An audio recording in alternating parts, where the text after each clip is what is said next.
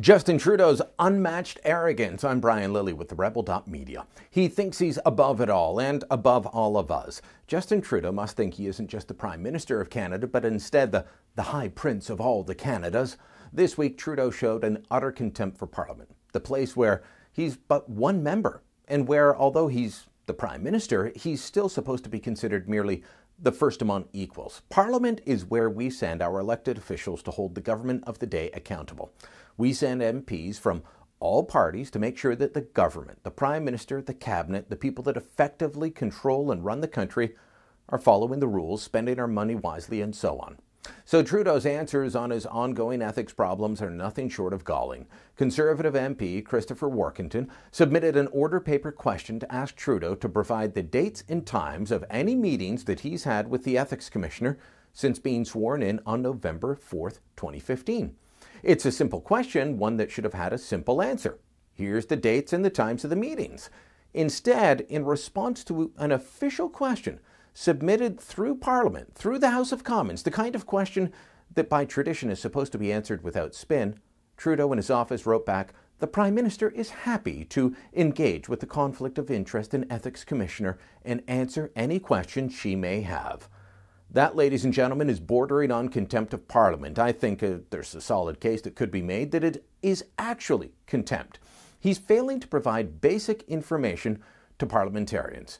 Then Warkentin stood up and asked the question and was rather direct in asking it during question period. Now listen to his question, then listen to Trudeau's non-answer as he smiles smugly and with complete disdain for the MP asking the question and the institution of Parliament where the question is being asked. Honourable Member for Grand Prairie Mackenzie, order. Well, thank you, Mr. Speaker. The Prime Minister is under active investigation for breaking the law by the Ethics Commissioner.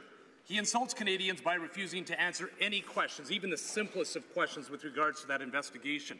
His staff tell him that he should only say that he's happy to meet with the Ethics Commissioner and answer any questions she might have. But Canadians deserve answers. I have a simple question. How many times has the Prime Minister been questioned by investigators? The question is simple. How many times? Right, Honourable Prime Minister. Mr. Speaker, as I've said many times, I'm happy to work with the Ethics and Conflict of Interest Commissioner to answer any questions that she might have. It is really rich of Justin Trudeau to refuse to answer not only a question from the media, not only questions from the public on this, but he refuses to answer questions from the people's elected representatives. He thinks he's above Parliament. We know that he has been investigated by the Ethics Commissioner over the Cash for Access fundraisers and the vacation and helicopter ride at the Aga Khan's private island in the Bahamas. Why not just say where and when he met with her? He won't, though. He doesn't think he owes Canadians anything. He thinks we just owe him his cushy lifestyle, the 10 vacations a year, the nannies on the payroll, the government-owned home and chauffeur. He's entitled to all of that. But we, the peasants, we're not entitled to answers, not in Justin Trudeau's Canada. Yet, if memory serves me correctly, he is the one that campaigned on government information being open by default. He wanted to end secrecy.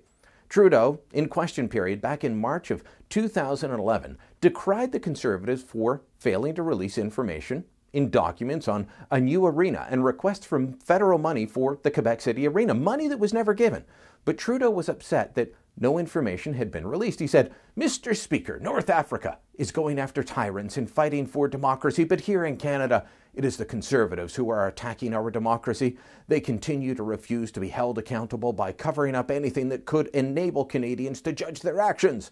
The latest example we have is the document on the financing of the Quebec City arena with page after page blacked out. There are no state secrets here. They're only hiding the dangerous incompetence of this irresponsible government. Why are the Conservatives so afraid of transparency?" As a valid question, I often complained about redacted documents during the Harper era. Trudeau promised openness. Instead, he's delivering the opposite.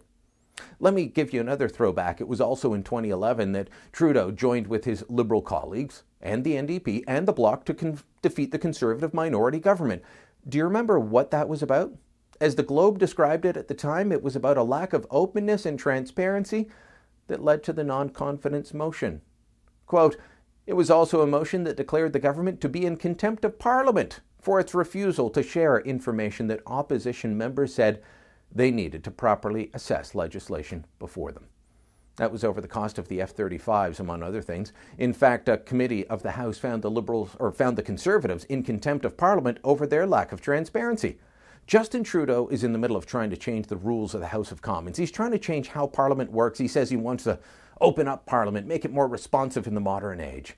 How about he starts by answering some damned questions instead of acting like he's our king, and we are merely his peasants? If you like the Rebel video you just watched, make sure you never miss another one again. Click here to subscribe, and if you've subscribed to our main channel, make sure you subscribe to Rebel Canada for all the Canadian parliamentary news on Trudeau that the rest of the media don't see fit to print.